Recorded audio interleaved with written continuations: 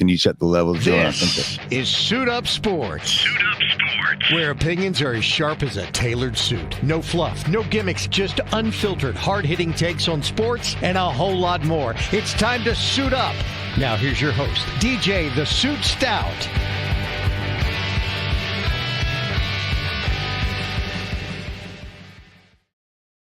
I don't feel like I'm leaning.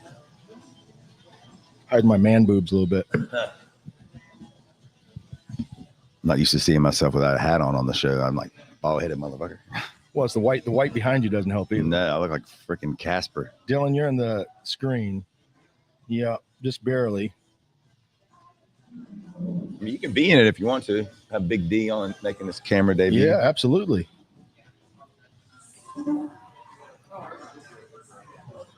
Say what?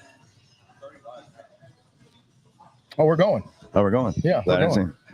Welcome to Suit Up Sports. Live. I thought we were going to see the Open. Welcome to Suit Up Sports. I'm DJ the Suit Stout, along with 10-year NFL vet Frank Garcia. Frank, how you doing, buddy? I'm doing great, bud. It's great to be back. I was, took a little vacation last week, and Yarb stepped in, and you had Buck, and you had a great show and a great guest, and I was over there watching the Gamecocks get their head kicked in, and but I'll tell you what, there is, I've been to a lot of sporting events, and when you talk about great things that are fun to do with your son that you're going to remember, hopefully, and build some bonds and memories for a long time, there is nothing like going to a college football game with an atmosphere, with tailgating. You get there early, and as soon as they start letting you in, we had motorhomes, we had a great setup.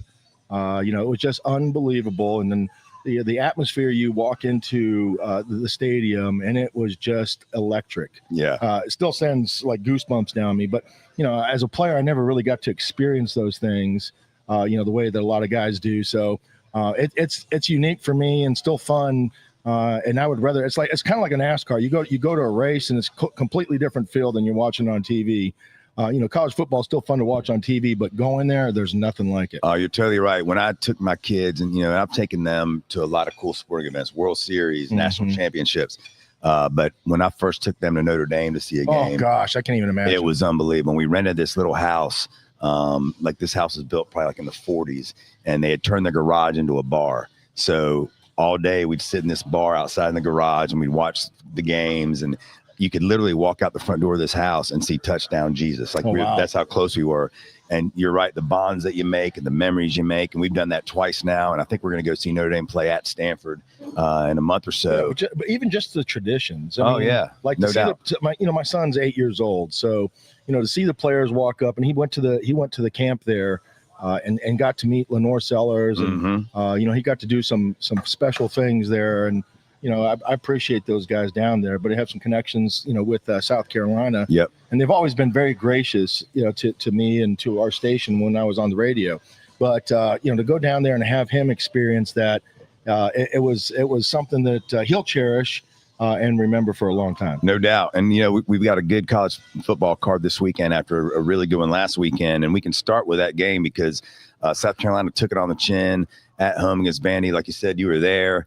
I got a lot of Gamecock buddies who were fired up for that game and had the wind taken out of their sails when Sellers got knocked out. And I still don't know how the hell that wasn't a targeting call, but nonetheless, he looks like he's going to play this week. And there were so many calls like that. And it's not just that game. I want to make it seem like, because I was rooting for South Carolina that, I think that was, just a, they're out to get us, right? And I hate that victim mentality. But the reffing in general in college football and in all sports has got to improve because there's just too many missed calls. You can't tell me that earlier in the game that when South Carolina hits their quarterback outside the pocket, Pavea, and gets the 15-yard penalty on a third and long, it's automatic first down. It's like a turnover, right? You go from punting the ball and having a good hit on the quarterback to a personal foul and potentially targeting. Yep. Right. And then about a series later, the definition of what targeting is, leading with the crown of your helmet, making forcible contact to the quarterback, and knocks him out of the game as he lays there on the ground, and they don't throw a flag. I mean, what are these referees looking at? I mean, there's one referee that has one responsibility, and that's to protect the quarterback. Yep. Right. And it was almost like Sellers got the Cam Newton treatment. Right? Yeah. And just because he's a big physical guy doesn't mean that those still aren't forcible hits to the helmet. Well, we talked about this Monday some about the officiating in college and pro football. First of all, it's a flag fest in the NFL. I mean, the Giants had like 87 penalties called on them. Notre Dame in that game when they lost the last play of the game they lost on, Texas A&M completely tackled their defensive tackle, and how the officials didn't call that. And then you see plays like you're talking about with Sellers.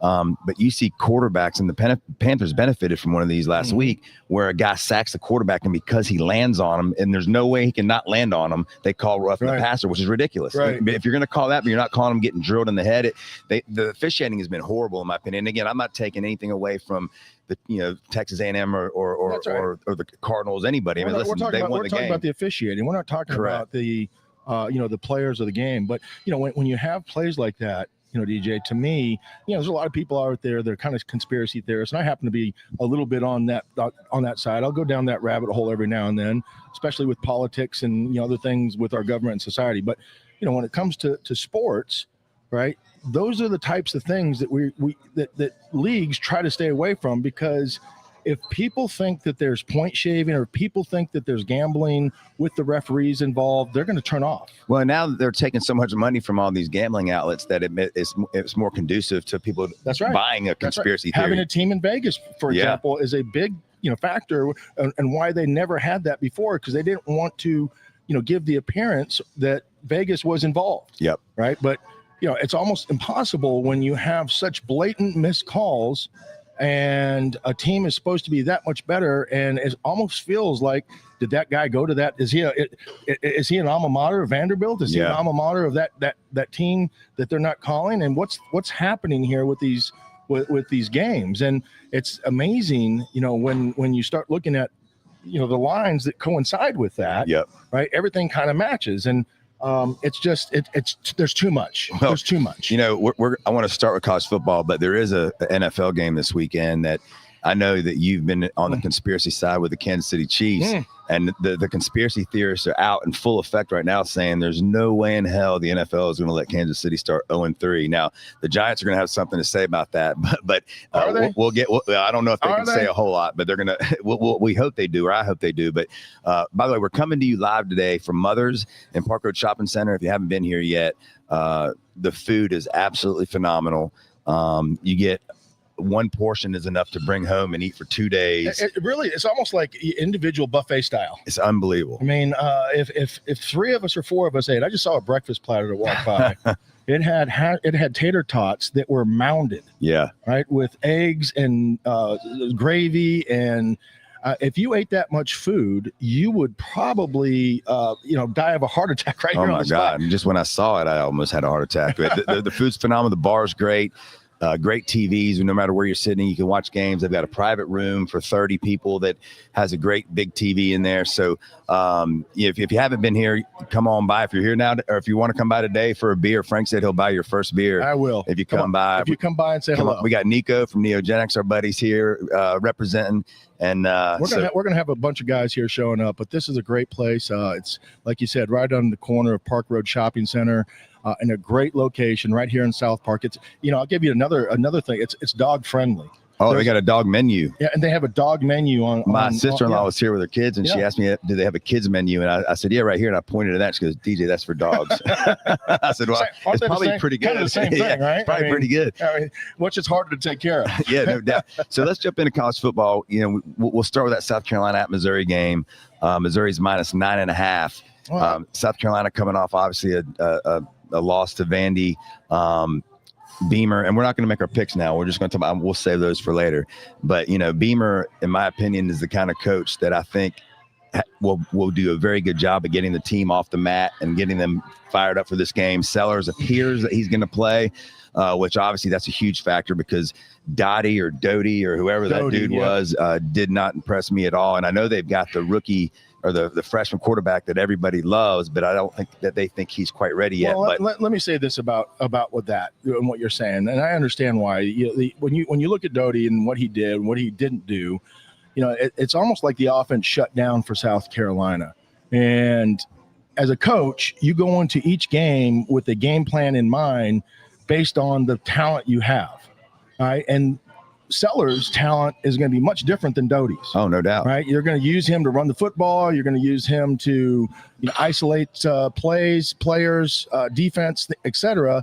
And your play calling is going to change tremendously when a guy like that goes down. So it doesn't mean that Doty can't play. It just means that the game plan, has got to alter a little bit. But I do feel like, and that's why it's important and difficult at the same time to understand who you are as a football team and what type of offense you have, because when that guy comes in, if he doesn't mimic the guy that you have, then you're going to have to change your entire offense. And they did. And it's going to shut down, and you're going to just really kind of go out there in survival mode trying to make it. And that's exactly what happened with South Carolina. So if Sellers is back, this 9.5 point, 10-point spread that Missouri is getting at home, I think it's inflated. Yep. And we can talk about that later because I know that's going to be one of the games that we pick. But if Sellers is back and this team was healthy, first off, I don't know if they beat Vanderbilt, but that game is a field goal game, right? And that's what the Vegas had it at. It was a 3-point spread in favor of South Carolina.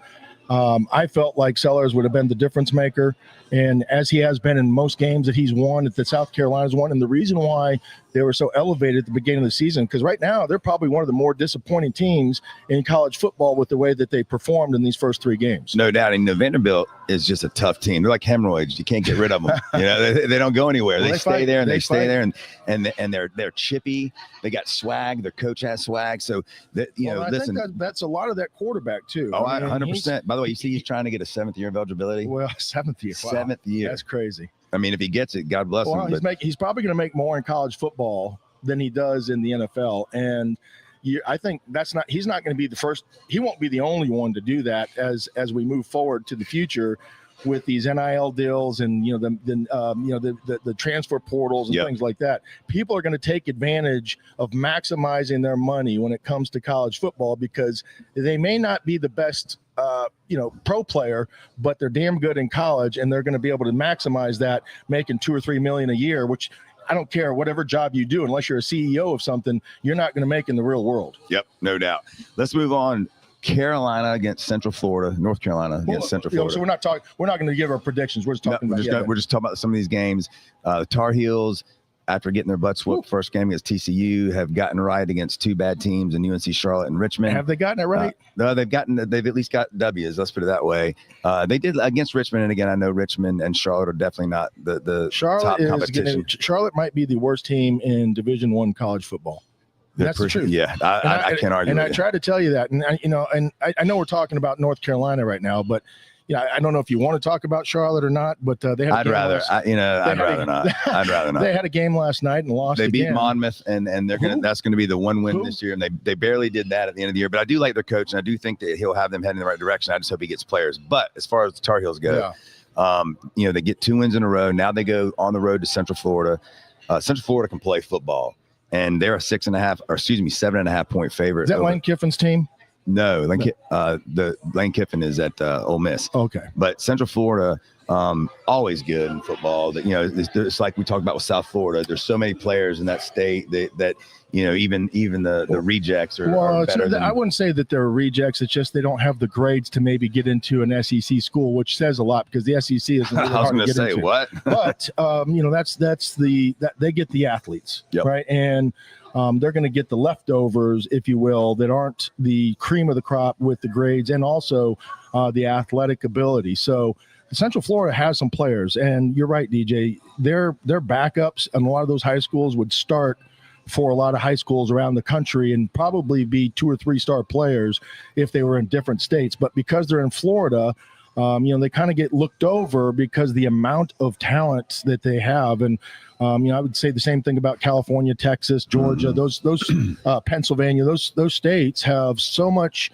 talent at the top that, even if you're a secondary school there, you're still going to get the leftovers of those bigger schools. No doubt. And listen, it's a great test for Carolina. Their defense played good last week, and it seems like they're getting better each week. Again, it's bad competition, so they're stepping up in competition. It'll be interesting to see what they do. Belichick, Game 4, 2-1, Central Florida. So that's a 3:30 on Saturday. I can't wait to watch that one. And Are you looking forward to that? Really? I am. I'm enjoying watching. I'm not a Tar Heel fan, but I'm enjoying watching them just because I'm very interested as a sports fan. To see what Belichick does in college. And so it's interesting to me to see, do I see improvement each week? And so I am interested in watching it. And they won't be on the main TV, especially at 3:30 tomorrow, because at 3:30 tomorrow, we've got a lot of good games. And we'll move to one right now that I can't wait to watch, which is Michigan, Nebraska. Michigan comes into Nebraska with our favorite coach, Matt Rule. And I've said this before about Matt Rule, as awful as he was for the Panthers, the dude knows how to coach college football. And in years 2 and 3 of the programs he's been at, Temple and Baylor, he makes huge jumps. They're undefeated. He's the crowd there is rejuvenated. They're fired up. Michigan's coming in, obviously, with freshman quarterback Underwood that everybody loves, getting $10 million a year from Dave Portnoy and the Michigan boys. But there's a couple things about that game that I'm interested in. Number one, did you happen to see Matt Rule's halftime speech a couple weeks ago? It was awesome. I mean, it was awesome. And I mean, that was the kind of coach that you and I love. And so I think he's going to have these guys playing hard. And then Michigan's coach is suspended. So guess who the head coach will be for Michigan this week? Who's that? Biff Poggi, the ex-UNC Charlotte head coach. Oh, okay. That right there makes me want to load up on Michigan. On Michigan? I mean, excuse me, on Nebraska. Yeah. And I don't want to give one of my favorite picks away, but I think you can see where I'm going with that one. Well, I'll tell you this about Matt Rule. He's like that narcissistic, toxic ex that I just can't get over, right? I didn't like. I don't have any of those. Well, you've been married for a long time. Which time? Right, exactly. So, when you start looking at Matt Rule and what he's done in college football, that's his cup of tea, no doubt about it. But when he was here with the Panthers, I thought he was one of the worst coaches to ever coach this team. And unfortunately, I didn't think the players were prepared. And it's easy to maybe get guys different ready in college when you're talking to kids. You can kind of hold something over their head, and you have the keys to the car, et cetera. But all the cliches that you want to use, I'm not a big believer in Matt Rule, and I think a lot of that has to do with just his time here and the lack of preparation and the readiness they were to go out there on the field. But don't you think that certain coaches, and we've seen college guys come to the NFL and vice versa. Saban. And I just think that some guys are made for one or the other, and I think Matt Rule has proven that he knows what he's doing in college. And like I said, he took over a Temple team, I think, that won one game when he took him over, and then within 2 years he had him with 11 wins. Same with Baylor, same thing. And now with Nebraska, he took over a program that hasn't won in 20-something years. And here we go. Now that they're undefeated, and they got a great quarterback. Rowe's probably going to be a first, second round pick. Patrick Mahomes Jr., everybody calls him. So I just feel like he's got the college thing figured out. Now, can he get the players at Nebraska to compete with the SEC? I doubt it, but I think he can at least be a fringe playoff team. And Nebraska? I think they could. I think maybe not this year, but maybe by next year. I'm not a big believer in their quarterback. I think the quarterback can play. I think he's I think he's a goofy dude, but I think he's an average player at best. I think Nebraska has beaten up some bad teams, and I think that they're going to be challenged this week against Michigan for the first time. Oh, I agree with that. And that's the reason why I'm probably going to lean towards Michigan, regardless of who the head coach is for 1 week, right? Yeah. I mean, I know that you probably have some, bias against that, but I don't. I'm just looking at the cupboard that Michigan has had over the last couple of years and how competitive they've been, especially in the trenches. And I just think that that's going to be the difference in this game. What Nebraska has been able to do to these smaller teams, maybe push them around a bit. There's been times where the quarterback has struggled and has looked average, like I've said. And, you put a better team out there. I'm just, I guess I'm a little jaded with Matt Rule. It's hard for me to root for. It's kind of like people that don't like Harbaugh. I can't stand Harbaugh, but he's a hell of a coach. I mean, he might be the most underrated coach in all of sports. And I'm talking about, the coach right now, that's in San Diego or in LA with the Chargers. Yep. He's won everywhere he's been. But even at the pro level, with San Francisco, with whatever team, Michigan, he won a national championship. He knows how to coach the game. Matt Rule still, to me, has got to prove that. But as far as the game goes, I just think Michigan's bigger, faster, stronger, and they're going to show Nebraska, who the champs of the Big Ten have been on that side of the ball for the last couple of years. Yeah, and look, it should be a great game, but it certainly is a watershed moment if you're Matt Rule in Nebraska. If you want to put the flag in the ground and say we're back, yep, no doubt about that. This is a huge game for them, and I'm excited to see that one. And then we've got John Beason, former NFL player, former Panther player, former Miami Hurricane. He's going to join us here shortly, and we'll talk to him a little bit about this game. But Florida at Miami. Florida coming off, a loss to South Florida, a loss to LSU. Their coach is the seat can't get any hotter for Napier.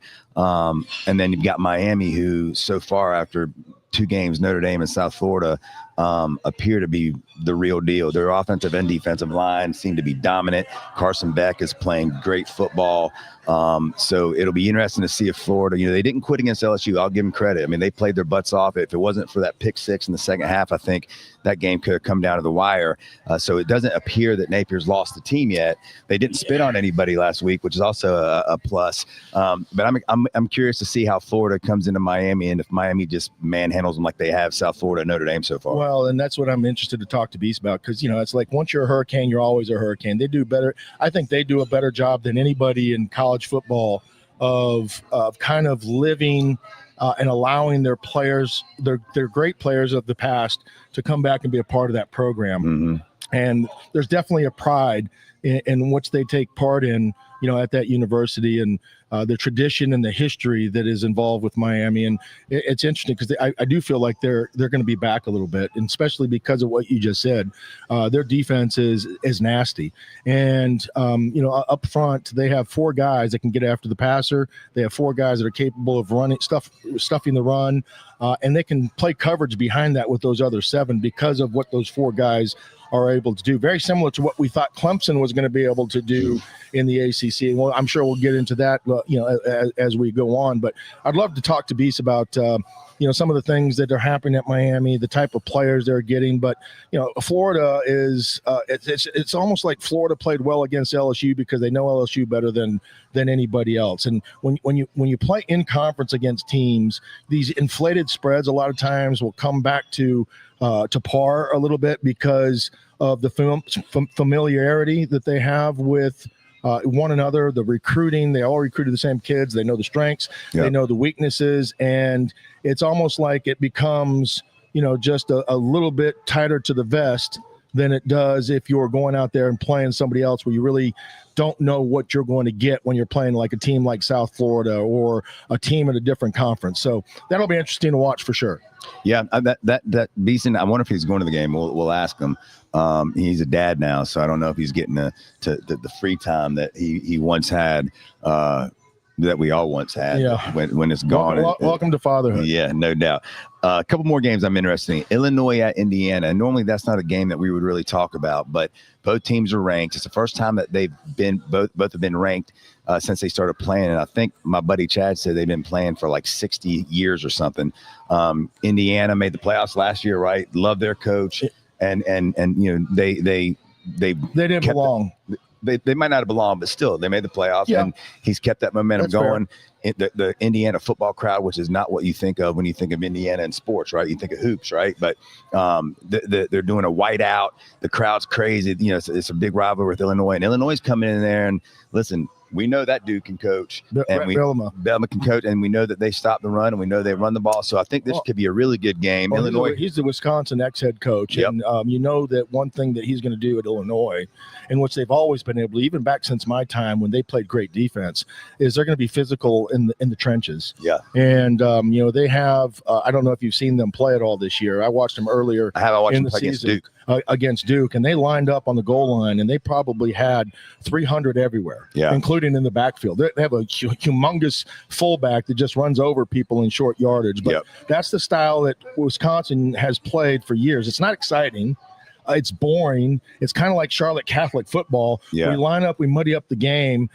We get 4 yards, we get 4 yards, we get 3 yards, and then the fourth, end of the fourth quarter, middle of the fourth quarter, those 4 yards turn into 10, and it's like body blows in a heavyweight fight. What there's not really exciting, but there's a lot of leaning and pushing and pulling, but at the end, the bigger guy usually ends up kind of dominating and wearing the other guy out because he's been holding his weight all day. That's what Illinois plays like. So Indiana's a little bit more spread out. They're a little wide open. They're going to throw the ball around. They're going to be fancy on offense. They have some speed. And which is going to win the battle of attrition here? Is it going to be which team plays to their style more? Who does what they do well better than the other team? And I'll tell you what, if you want to watch a quarterback that you really probably haven't heard much about, watch Illinois.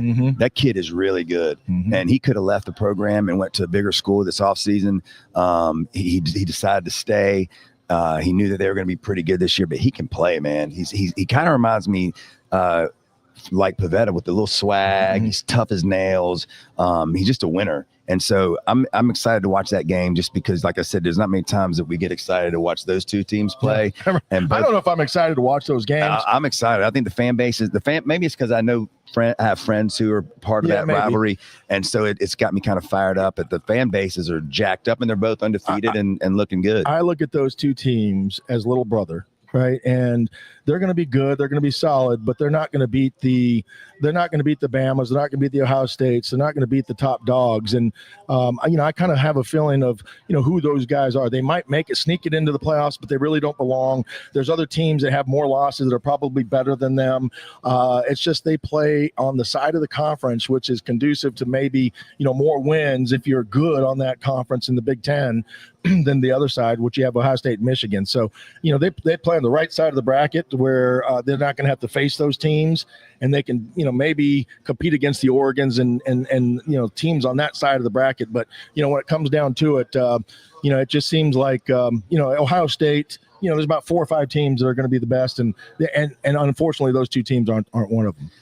Last game I want to talk about, not last game, but the other game, at least locally here, that everybody's kind of interested in is NC State goes to Duke. And NC State has been, a team of two halves. So offensively, they've looked really good all game. CJ Bailey has been great. Their running game has been great. And their defense in the first half has been atrocious. And then in the second half has been really good. So if NC State can get that second half defense to show up in the first half as well, they're going to be a pretty well-rounded football team. Duke, has kind of had a struggle this season, lost to Tulane, lost to Illinois, but two good teams. So they've lost to two good teams. They're at home. They're a -2.5 favorite. We know Duke has good quarterback play, and I think I love their coach. I love their coach. He's great coach, especially for a program like Duke. And I think, he's definitely, done well in his first year. And after taking over for Velker, who went to Texas A&M. But NC State, to me, they're undefeated. I looked at their schedule, and I think they could win their first 6 games. I think after that it's going to be tough because that's when they get Georgia Techs and Miami, Florida States and those teams. But that's the crazy thing about State though. Over the years, is that the games that they're supposed to win, they've kind of not showed up. And I'm sure if you're a State fan, that's the way you're feeling, is that you're afraid to start talking because the moment you do is that they'll disappoint you. And this might be one of those games with Duke, because Duke has kind of had their number over the last couple of years. It feels like that anyways. And when it comes to structure and discipline and, just playing fundamentally sound football, NC State has been in that, and they beat the teams that are beneath them. But when it comes to the teams that are equal, it just feels like, they don't show up like you said. Is that, you can't play one half and expect to beat a good football team. You have to show up and play the entire game. And what makes us think that this is going to be any different than any other game they've played? It's not a rivalry game. Well, let me ask you that as a coach. So if you're coaching a team, and you're an offensive guy, so let's use offense. And let's say through 3 games, your offense in the first half has just struggled, but in the second half, you've come out and lit it up. Is there, as a coach, how do you handle that? What do you do? I look in the mirror first, right? Because we're not preparing these kids well enough to start fast, right? And that's, I think, is part of a staff's issue. When it comes to preparation. I also have positive things to say about the staff because we make great adjustments at halftime. Right. right? But we need to figure out. Not to interrupt you, but did you happen to hear Peyton Manning this week talking about halftime adjustments? No, I did not. It was pretty remarkable what he said, and I don't know if it's true or not. But it's only one team that's making adjustments. By the way, Peyton Manning said the whole thing about halftime adjustments is the most overrated thing I've ever heard. Disagree. He goes, I played football in college and pros for 25 years. Not one time did we have a halftime adjustment. He goes, we did. I went to the bathroom. I sat in my locker. Yeah. We didn't make halftime adjustments. We just went out and executed the game plan that we were supposed to do from day one. And if we and that's what he said. He goes, we never made adjustments. Yeah, that's not necessarily true. Yeah, I can't imagine. I mean, a lot of those games that he's talking about, they have the lead. Sure. So when you have the lead going into halftime, what are you going to do? And with that offense with Peyton Manning, you don't have to adjust too much, right? Let's continue to do the same thing, and eventually the cream is going to rise to the top. We have to execute. But when you don't have a Peyton Manning on your sideline or in your locker room, you're going to have to adjust a little bit because what the defense might be doing. We weren't expecting this blitz. Every team that you play in the NFL is going to have about a handful of new plays every game, and you have to figure out, with either on the sideline or at halftime, how you want to handle those going into the second half, especially if you're behind. Now, if those adjustments or those plays that they're running aren't really a factor, in what you're doing, then there's really no reason to adjust. But if you're getting a blitz every time you go into this formation or every time you run this motion and they're blitzing this way, you have to adjust to those things. And they have so much technology right now on the sidelines that you can do it a lot sooner. Because I have an iPad, even in high school now, on the sideline where I can see what the defense is doing. Those at high school I now? do, yeah. Wow. I mean, it's become very technology Do you know how to use the iPad? Barely. I have to have the kids. Turn it on. Braxton has to come down there and then I learn how to push play, rewind, and but I get it in real time, right? Because a lot of times, as coaches, we don't get to see exactly where people are at on the field, and when you're dealing with high school kids, they might think they see one thing or they're not paying attention to the right thing. And, we have to really kind of, just keep them in check. And it helps us as coaches really kind of have a better understanding, for how the game is played. But that is no different. That's no different than at any level. I mean, even in the pros, you have a coach says, where was this guy at? Or what happened on this play? And they lie to the coaches. I have no, but eventually what's going to happen? You're going to see the film, and you're going to realize that you lied to me as a player. Yeah. I can no longer have trust in you as a coach. So you can't run from the cameras. Yeah, you're not going to run. The eye in the sky doesn't lie. It doesn't lie, right? So it's better to just say, own up to, hey, coach, I screwed up in this play. I went the wrong way. I was an ME mental error on my part, or I just got whooped. Yeah. Right? And that's okay. Sometimes those things happen. But, if you're lying to me, then I don't know how to correct it. Right. So, Manning, probably the Colts, in their glory days didn't make a lot of adjustments because they realized they had the better players and one of the best quarterbacks in the history of the game. Right. So they're going to just go out there and do some more of what they do. They're just going to do it more. I mean, hell, he seemed to make adjustments every time he got up under the huddle. Well, and all these other. Well, not everybody has that guy. Right. Not everybody has that guy. Right. Let's go to the NFL for a bit. Like I said, John Beason's going to join us here in a while. And when he does, we'll get back into talk a little Miami because I know we do have a lot of Miami fans around here. And even though I can't stand them, they look to be the real deal.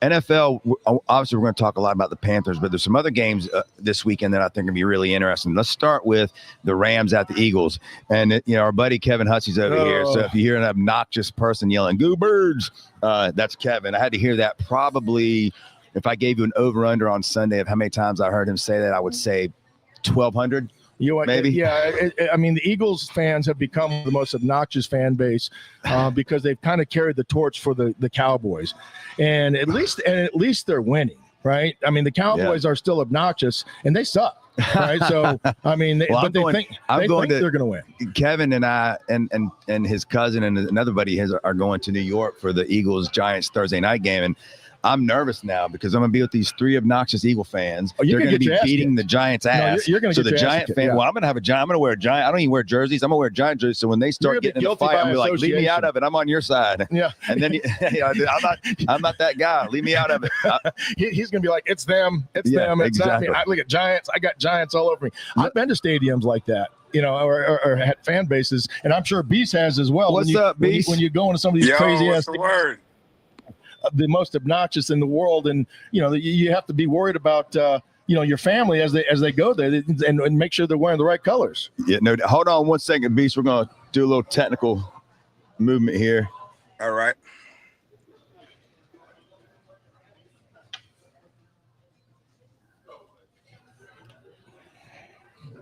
There we go. Can you hear us? I sure can. How's everything? Good, buddy. What kind of ride you in right there, man? I knew that was gonna happen, man. I was like, these guys catch me in the car, man. They're gonna be all over. So we got some good content. What is that right there? I'm in the Mercedes EQS. Okay. 680 Maybach. Oh man. Really? Big That play time. over. It's like being a quarterback. I was gonna say EQS. I just remember Mercedes, but My back. I was gonna tell the story later, but I might as well tell it now. So, Beast always has sweet rides, and years ago when John played for the Panthers, John and me and John and a few people, hell, you might have been with us, I don't remember, went to fight night in Charlotte, and we were betting on every fight. And I got up to a pretty good lead on John, and John wanted to do double or nothing on the last fight. And I said, all right. And I said, but I'll tell you what, if I win, I don't want money. I want to drive your Audi R8 for a week. And John was like, you agreed. I won. And unfortunately, John got traded the next week to the Giants. So I never got to ride it. Listen, that is a great story. You would have been looking for me for sure. Yeah, well, I think he still is. He's still waiting for that ride. You know what? I finally sold the Audi in 2020, man, with 14,000 miles on it, and man, I got it in 2008. Wow. So I hung on to it for a while, and then it was just time. But unfortunately, DJ, sorry, man. Well, we'll have to go rent one. I'll take that Maybach. However the hell you say it, I'll take that right there for a week. You got it. This one you want to get chauffeured in. Yeah, that's true too. Well, tell us a little bit about what's going on. My daughter has the best seat in the car. Tell us a little bit about what's going on in your life, Beast. I mean, because a lot of Panther fans, watch this, and a lot of guys around there. It's kind of like the who's who, and what are they doing now? Yeah. So no, life is good, man. Full-time dad. That's what keeps me mostly busy. Everything else is, nothing that keeps me too obligated. Mailbox money, man. Mostly multifamily, especially down here in Miami. It's been crazy trying to navigate the landscape, but it's been good, man. And I hang out on permanent vacation a lot. That's the name of the post. Hey, nothing wrong with that, man. And people are like, hey, you're too young to retire. Not when you play ball, man. You get 30, you turn 30 as a linebacker, man. You're close to hanging it up. Everybody can't be Thomas. No, yeah, exactly. Have you? We want to talk about your Hurricanes because obviously they have gotten off to a great start, beating Notre Dame and South Florida. Have you been to a game this year, or do you plan on going to any? I know they got Florida this weekend. Yeah, so I'll be at the Florida game. I missed last week. I was out of town. I went to the first two games, and I'll say this: I think with NIL, it's changed so much, man. It's like free agency every year. And where you can talk to a guy, you can't talk to a guy, and you get an opportunity to really change your team. But I'll say this: you still need continuity. You still need time to gel, and really, Frank, it's about the relationships. Like you gotta love the guy next to you or the guy who plays across from you, so that when you get into those tough moments, like we talked about the Panthers last week with the Cardinals, it's like, hey, you get the turnover on the onside kick, and all of a sudden, hey, it's time to really go for it. It's a few plays remaining in the game. We got an opportunity to steal one, and you just come up short. And I believe it comes from being together longer, and it takes time. So, though we're happy about what's going on in Hurricane Nation, fans are still very much holding their breath because we've had these great starts, and we got to finish. In Florida, regardless of record and rank, they got dudes, man. They're one play away from winning in Death Valley, against the number one team in the country. So we can't go into it, assuming, hey, they lost to South Florida, but we had our way with South Florida. This is a trap game, and you can't drink the Kool-Aid. Yeah. Beast, you talk about closeness and brotherhood, and I've always been envious of what you guys have there, in Miami, and going back to the 90s, when you see all the great players on the sideline, and you see the Michael Irvins, the Beasons, the Olsons, every player that's gone there. There's a special bond What Right. makes that what makes that so the tradition that makes that so special? Because I've been envious and hoped that my university would welcome their old players back, because I think that's got to help in the NIL world today. Yeah, I think you know, a lot of these kids weren't alive when, you know, Miami was truly dominant. Even if you talk about the '01 team, so you know, we gotta quickly remind them of the history. But I'll say this, man. If you ask me about my college career, my pro career, I'll say it wasn't a success. And you're like, well, John, but you're a good player. You did well. You made money. You made Pro Bowls, all pros. Like, yeah, but down here where we're from, it's about a championship, and that's what gets preached to you the day you even consider going to Miami. You go on your official visits. It's about the history, and it's about upholding the standard. And as soon as you get in, and in the time I came in, we had just played in back-to-back national championships. So it was a very serious group of guys, man. Like, all you had to do was get in line and follow suit. And I think the pressure for some people, if you want to be great, you know, you'll embrace it. And for other people, it's like, yo, I'm just here to do my time and make it to the league. And, you know, with so many guys bouncing around, it's like, when are you willing to die for it? And Yeah. that's the difference, man. So though I think it's good for college football because, you know, now everyone has a real opportunity to play for it. It's no longer, you know, a money game or a computer system where guys don't get on the same field and say who actually won the game or who would win the game. Yeah. So I think to answer your question, that's what makes it special, man. I think having not just going to a school because you want to go there and play there, but it's the goal of championship or nothing. And I think it's always been that way. It remains that way, at least from the older guys. We preach that to the younger guys, and we want them to understand that we play for a different purpose. John, let me ask you this, because I know you watch the NFL, and I know you're in Miami, so you probably don't get to see as much Panthers as we do here. Right. But you know, the Panthers linebacker play it leaves a lot to be desired so far this season. And we have you know, the Panthers have a great history of linebackers, obviously, with yourself and Luke Kuechly and Dan Morgan and Thomas Davis, and you know. It used to be, at least it seemed, it used to be linebackers was a position that you felt you could fill pretty easily. If you know, you could just get a guy in there for a game or two, and that position has changed so much. It's changed so much now that you know, the Panthers are kind of in a tough spot because you know, there's not an answer on the roster. Two questions. The first thing I wanted to ask you was speaking of Luke Kuechly, you know, when the Panthers drafted him, everybody was like, why are they taking Kuechly? We don't need a linebacker. We got Beason and we got Thomas Davis. Why are they taking him? How long did it take you?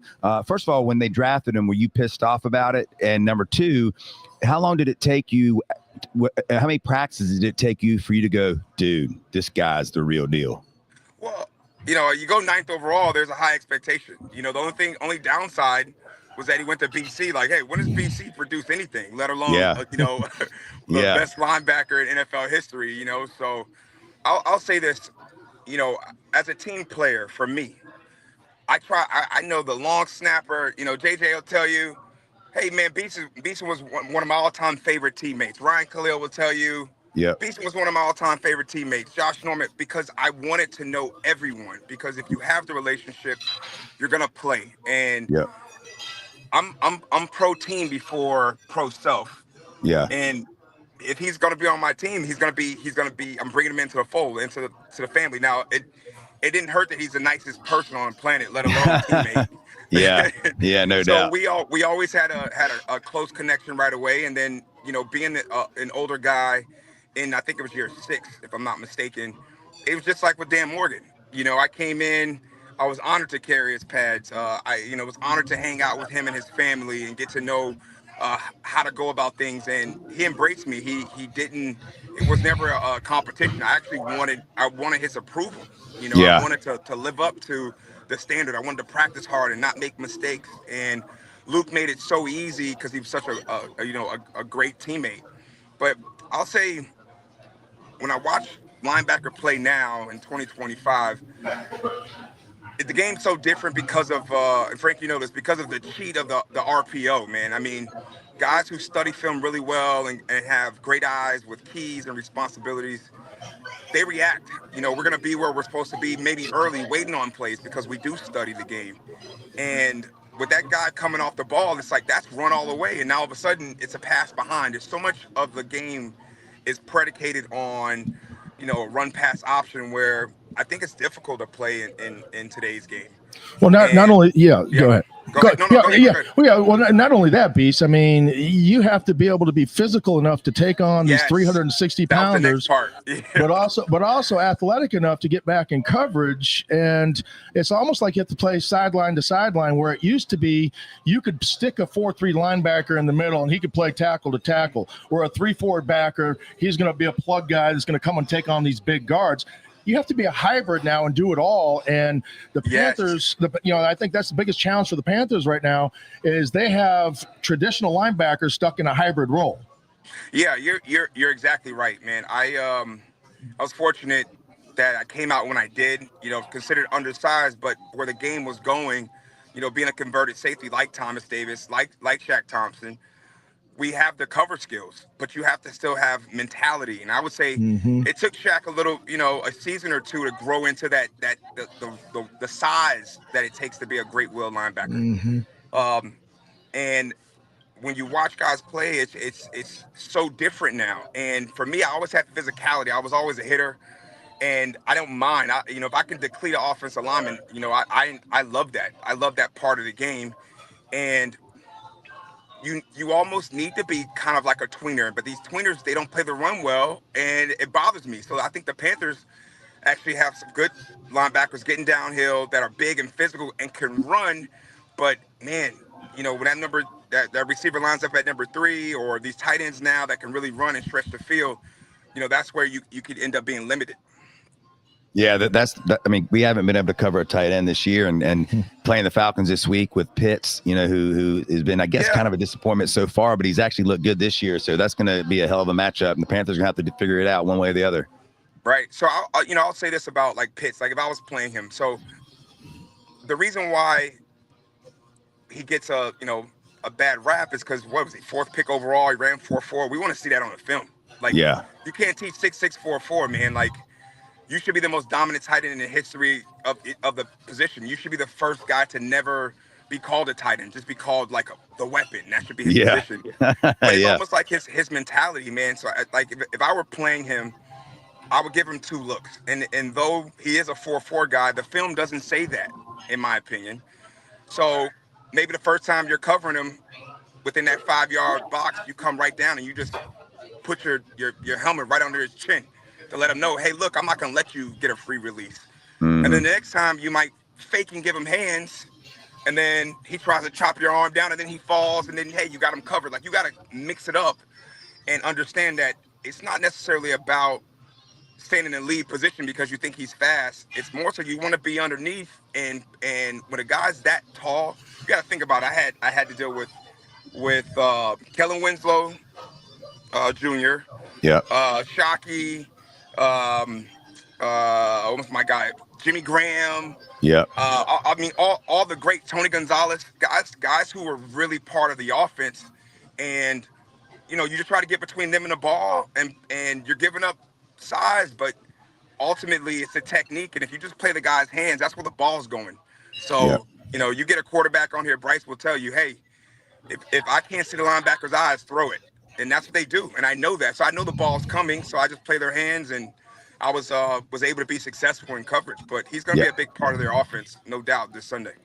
Beast, there's certain players when you're watching games that just kind of your eyes jump off the screen. You're like, wow, that guy just has it. And you're watching the film, and that's what your eyes train you to do. Whether it's the speed, the quickness, the explosiveness, the size as an offensive lineman, when he hits a linebacker and how he concaves the guy, whatever it might be. I've seen guys in my career, and I played against some really good linebackers. You never got a chance to play against you. Maybe fortunately or unfortunately, I don't know. It would have been fun. It would have been a lot of fun for sure. Great story like DJ, Yeah. What's better than that? Yeah, no doubt about it. But when you look at the game today, the junior Sales are no longer there. Ray Lewis is no longer there. The John Beasons, the Urlachers, the London Fletchers, the really good linebackers that have played this game, I don't think exist anymore. Or at least they're not the center point of the defense. Who's that guy today that you look at and say, gosh, I mean, that guy's just got that special knack, and the eyes jump off of the screen when I see a Luke Kuechly read a play and he shoots through the line and makes a 4-yard tackle for a loss? So I think what happens is, first off, there's probably some great linebacker play that's going on, and it doesn't get talked about because the team's not doing well. Mm-hmm. Like if the Panthers don't go to the Super Bowl or go 15-1 or we're perennial playoff contenders every year. What was it, like 4 or 5 years in a row between Thomas, Luke, Khalil, Cam, Olsen, and Jonathan Stewart, that nucleus, Charles Johnson, they were like in the playoffs every year. So you start playing on prime time and people start talking about you, and then you're like, oh, that guy is pretty good. And there's guys that fall through the cracks all the time because their team's not that great. But I'll also say this, I got into this argument with LeVar Arrington, and we got mutual friends. We've been pretty cool for about the last 3 years, and he's always talking about linebacker you. I'm like, bro, what linebacker you are you talking about? Like, I'll give you a few guys, but if you put your hand down, in my opinion, you're not a linebacker. Like Micah Parsons is not a linebacker. Right. You get 50 tackles a game, a year, and what he's averaged 12 sacks a year since he's been in. Bro, you're a pass rusher. You're a 3-4. Like, you're not an outside linebacker. So you lose Pro Bowl votes if you play outside, like I did when I was outside, or Thomas was when he was outside. Like, he's clearly the best will in football, and I think Thomas is top 2, 3 best wills to ever play the position. Derek Thomas is there, and Levante David.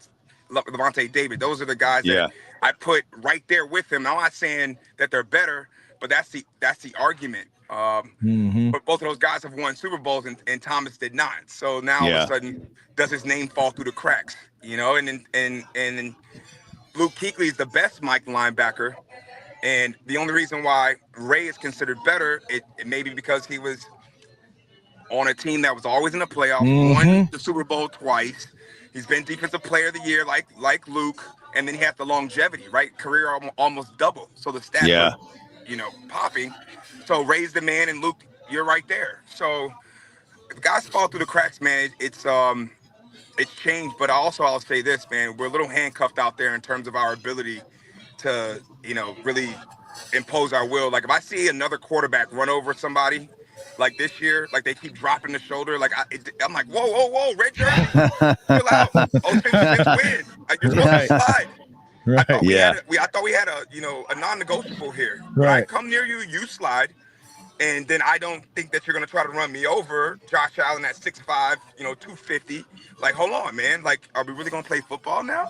Yeah. It's changed so much, man. But I miss that part of the game, man, where it was like you could scare offenses before you even got out there. They knew you had to deal with you, whether it's the linemen or the ball catchers, the ball runners. That was a fun part of the game that I think is missing. Speaking of LeVar Arrington, have you gotten to see his son play? I think he was #1 recruit in the country. I think he's going to Penn State, but he's supposed to be unbelievable. Yeah. So, I heard about it, and then he was actually hanging out with Plex when they were down here last year for, I think it was the Orange Bowl game. And, Plexico is a good friend of mine, too. He's got his son's on at Notre Dame playing receiver. So, yeah, man, look, LeVar being LeVar, nobody was probably better in college. And we talk about that. I say, look, you can't just say college career versus pro. Like, you got to combine both. You got to combine both to be linebacker you. And, being the #2 pick in the draft and being a physical specimen like he is, there is no bigger, faster human being to play football than LeVar. So it's always a challenging argument, but also a lot of fun, man, and a lot of jabbing. And we can't be talking about linebackers that played like 70 years ago, bro. You're right. Yeah. I hear you. Yeah. What have you ever thought about getting into coaching? Because I mean, like you said, you love being in the film room. You obviously know your stuff. Have you thought about getting into coaching, or is that something? The man's playing on a boat right now. Well, with that's his true. son. Exactly. I mean, he that's doesn't true. want to go 80 hours a week. He don't want to mess around. I get that. Yeah. He's on a yacht. He's on a You can yacht in tell he gets Miami. down to South Florida more, right? Clearly, Frank, you get down here more. But I've been asked that question several times, man. I mean, we're doing the Mark Rick era down here in Miami. They had something called the Paradise Camp, where we had literally 40 former players, all pro guys, come back and work at camp. It was like the most star-studded lineup you've ever seen. And we're all out there, and we get a chance to coach the kids for a couple hours per the rules. And my name on a short list, who would be the number one player to coach once they're done with their career? Mine was number one, and I was like, whoa, they got it messed up, man. I mean, there's two things that I know what makes a great coach, and I learned this from Sean McDermott.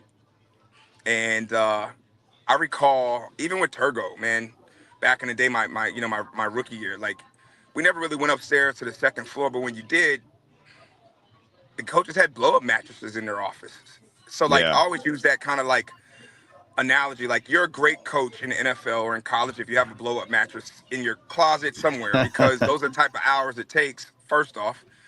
And then the second part is, like, what game do you want me to coach? Because if a guy's, a few inches off the ground and he's not down yet, I expect my linebacker to run full speed and get a piece of his you-know-what before he hits the ground. And you can't do that anymore. They want you to pull up.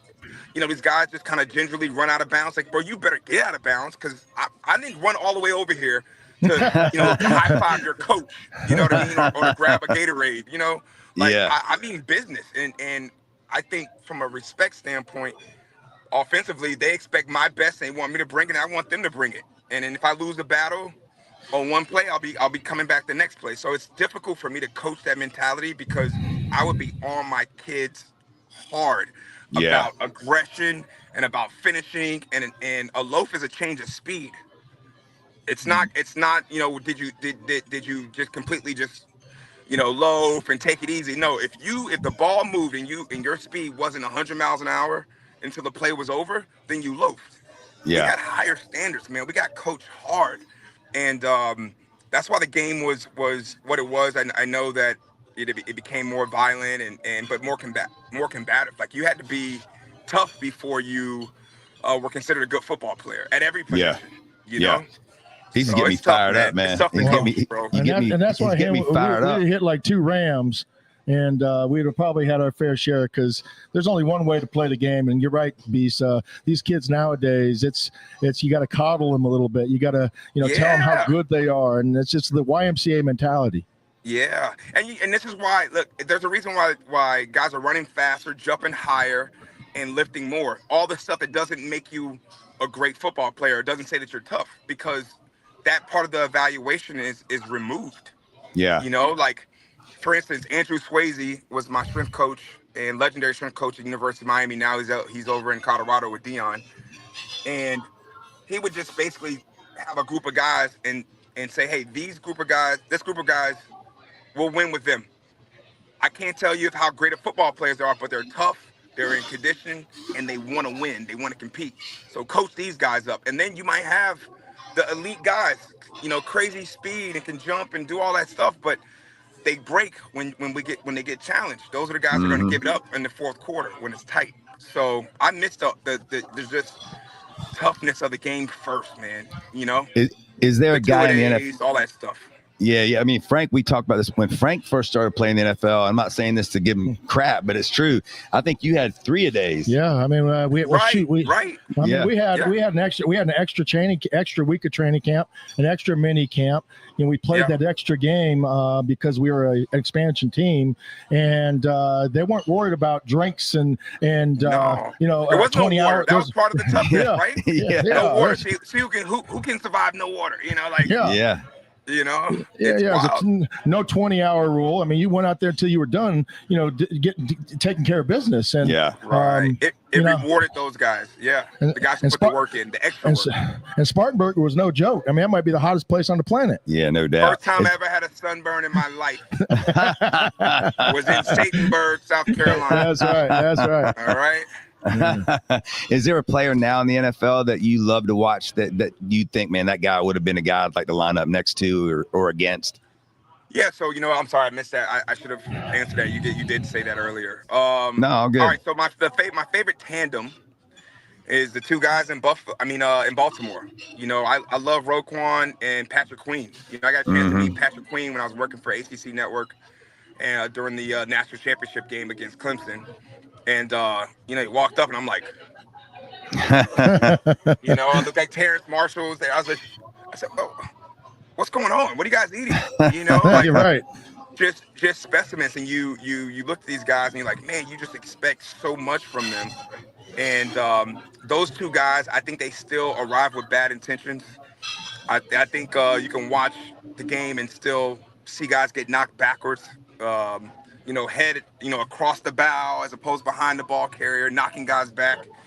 And then they chase, they hunt, man. They hunt. And I think it's a collective effort, a culture that they have there in Baltimore, obviously established, 25 years ago with Ray and what they did, in 2000, 2001 when they won a Super Bowl and were the best defense in history. I think they just keep bringing in those type of guys, Yeah. And that tandem, man, is special. I like Fred Warner too. Him and Greenlaw were a great tandem for a minute, but it's hard, man. I'm tough on backers. If you don't do everything and you're smart, Yeah. and you don't loaf, it's all of that stuff too. Well, that's the part that's the part that a lot of people forget about. And especially when you look at players today, is that it's the mental part of the game that keeps you going and allows you to find a way around that wall. Some guys are built to go over, some guys are built to go around, but finding a way when you can't go through it is what makes the difference between a guy that plays 10 years, a guy that plays 5. Absolutely. And that's what's gonna last, man. I think that when you look at the Panthers and you say, well, man, are the Panthers a bad team, or is Arizona better than we expected? Right? Because Arizona has played better. We expected more from the Chiefs, right? No one thought they'd be 0-2, possibly 0-3, and people were saying they might lose to the Giants. It's like, are we serious? Like, Philly hasn't looked so super dominant, and then you look at Green Bay, and Green Bay, it's not even so much about how great the offense is and the play calling of Matt LaFleur. It's more about what's going on the defensive side of the ball. Yeah. Yeah. I mean, you hold Detroit to 13 points. Yeah. That offense is for real. I mean, people forget how good Gary already was, and Parsons. People are talking about Parsons, but Gary was already one of the best in the league, and now you got Parsons on the other side. I mean, that's as good as it gets. Yeah, I mean, if you're gonna be, the highest paid edge rush guy, you need, especially at his stature, right? Like, he's explosive. He's Aaron Donald at defensive end, right? Like, just athletically not fair against any tackle, probably ever, but has the power and the speed to get the job done. But Green Bay's been putting him in 3rd and long often because he's not. Sorry about that. He's not playing a lot of snaps, and he's a 3rd down specialist because of what they're doing on 1st and 2nd down, and then what the offense is doing. The offense gets the lead. Now you can pin your ears back and go hunt. So, they have a very formidable team, but it's early in the season, and all the storylines that we thought were going to be the thing has not been what transpired in the first 2 games of the season. So, right, the Panthers still have a lot of room to grow, and they're playing tougher. You can see the fight and the effort and the mentality of the guys that Dan's bringing in. Beast, one of my favorite movies is, remember the Titans, and it was the scene when, when the two guys go, attitude is a reflection of leadership, right? And, I'm talking about head coaches, and you look at what's, the way that coaches coach nowadays versus how they coach. Who's the best coach you ever played for? And how did you deal with a coach that was going to sit there and tell you how good you were, and never really tell you the truth and get on you for, the mistakes that you made, or at least that's the appearance to, us as fans, with the Panthers, is that, the coach is always just so positive that there's never anything that the guys are going to do wrong, or there's no fire or brimstone that he brings. Just talk about coaching and these days, and who was the best coach you played for? Well, we'll keep it pro, and so it's easy. But I'm going to say it's a tie between, John Fox and Tom Coughlin. And obviously those are two head coaches that I played for. Obviously, I played for Ron for, a year, but not really on the field. And the reason why I put John Fox and TC, Tom Coughlin, the same one, they're from the same tree, right? They're Parcells guys. They coached together. They won together Super Bowls and whatnot. And Coach Fox and I had an outstanding relationship, and I really loved his mentality, especially when he would pop into the defensive meeting room. Like, he always wanted to be extremely prepared with every nuance of the game. Everything we could possibly throw at him, we would practice that. But then we get in the game, and if the front four are eating, we're not calling none of it, right? So I love that mentality. And then Tom Coughlin was just a machine, man. At 70 years old, he was a robot. I mean, he arrived exactly on time. The same time, same spot, come in, get his workout in. My position coach, Jim Herman, told me that he had a six-pack, man. I mean, the guy would work out, he practiced his speeches, and he was the single most motivating coach I've ever been around. I mean, he would have, all the time, man, he would just have what we needed based on that particular day of practice or that game, and I respect him for it, because discipline's the only way to win, man. Guys want to have fun, and football is fun. But you got to have discipline to win. And those are my two favorite coaches in the league. And then positionally, it gets deeper. And I played for a guy who's still going, man, Richard Smith. And you talk about telling you when your stuff doesn't smell great. We had just brought in Ron Meeks, who was going back to the Tony Dungy, Tampa 2, Lane Kiffin, Monty Kiffin days. And we switched to, a Tampa 2. And I don't like to have to, on first down, turn and burn and play deep middle. I want to get downhill and go forward, and then have the opportunity to still, play underneath. So I hated it. I hated playing cover 2. And I had to move outside when Thomas got hurt from middle. And I didn't want to go back because I love Mike linebacker. And it wasn't going well in the preseason. In a cover 2 scheme, you got to turn all the blocks back inside. That means the ball carrier stays north and south. Whereas I don't think anybody's getting me to the corner, so I want things to go east and west and let me run. So spill it. But that's not the scheme of cover 2. So we were drastically changing our philosophy after 3 years, and it wasn't going well in the preseason. And Coach Smith had just got there. So, we had just developed our relationship, obviously, through OTA. Yep. I think we lost Beason. Phone. I think he might have got to the yacht. He might have got to the yacht. Got to the yacht. We'll see if he tries to get back in here, and if he does, we'll put him back on. He got to the yacht, or his phone died. Yeah, one of the two. That's some great stuff, though. Great stuff, man. Great stuff with him talk about the Keekly days, and just his mentality. Like, I know you very well, and you know me, and I'll tell you what, his mentality is exactly what I want in a football player and a coach. Here is he back? I think we got him back. Yeah, we got him back. I was hoping. Sorry. I'm in the car. So I can't, go to airplane mode, unfortunately. We thought you got to the yacht, and we're just like, okay. That's the deal. Everyone's there waiting on me. They're like, where are you, bro? Like, we already got the lines off and ready to rock. But did you bring some sunscreen? We don't want you to get any more sunburn. You gotta be careful when you start talking about. I don't hang out there in the sun, man. I'm in and out. I'm a T-top guy, bro. You gotta be careful. You gotta be careful. You start talking lines down there in Miami too. You don't know what kind of lines I'm talking about. That's what I'm saying. You fishing or you? There we go. Well, hey, John, thanks for joining us, man. Wait. with Coach Smith, man. 'Cause I want to tell people this story because they don't understand. You know, I was first team All-Pro, second team All-Pro, and here he is pulling me in after the second preseason game and like, hey, let's watch a couple plays. So he puts him on, watch, and goes, "That's like an All-Pro player right there." I'm like, "No, sir." Boom, boom, boom. Another play. So he made it like a little clip of like lowlights throughout the preseason, and most coaches wouldn't do that. You don't step on the toes of a veteran guy who's a heartbeat of your defense. Yeah, you're not making an example out of those guys. Gets it done, right? Like it wasn't not that I wasn't playing hard. It just you got to buy in mentally, man. And the reason I bring that story up is because he loved us. It wasn't a work relationship. He had us over to his house. You know, we met his wife. He would have us. She would make dinner for us, and we would all kind of hang out. And it was just a very different approach. And he's been coaching the league for over 40 years. Yeah. You know, coordinating and going back to linebackers, man. But he's old school, and I'm sure it's been difficult for him to navigate the time schedule or the change ways that we go about practice.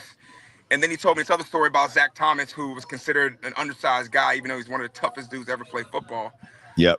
He said he was the most impressive player he's ever seen in at the time 30 plus years. And he said he goes, I would always walk by him on the plane, and he would have a 5-ring spiral notebook with tabs, and he would have these different parts of the game, and he would have notes and just pages. The whole thing would be filled up. And this is where I realized that, like, I know I can watch film. One, I could know exactly what I have to do. Two, and be where I'm supposed to be. But that next level of preparation, Coach Smith really gave me. Yeah. You know, this is how you do it. And he goes, I'm gonna be honest, I learned a lot of this from Zach Thomas.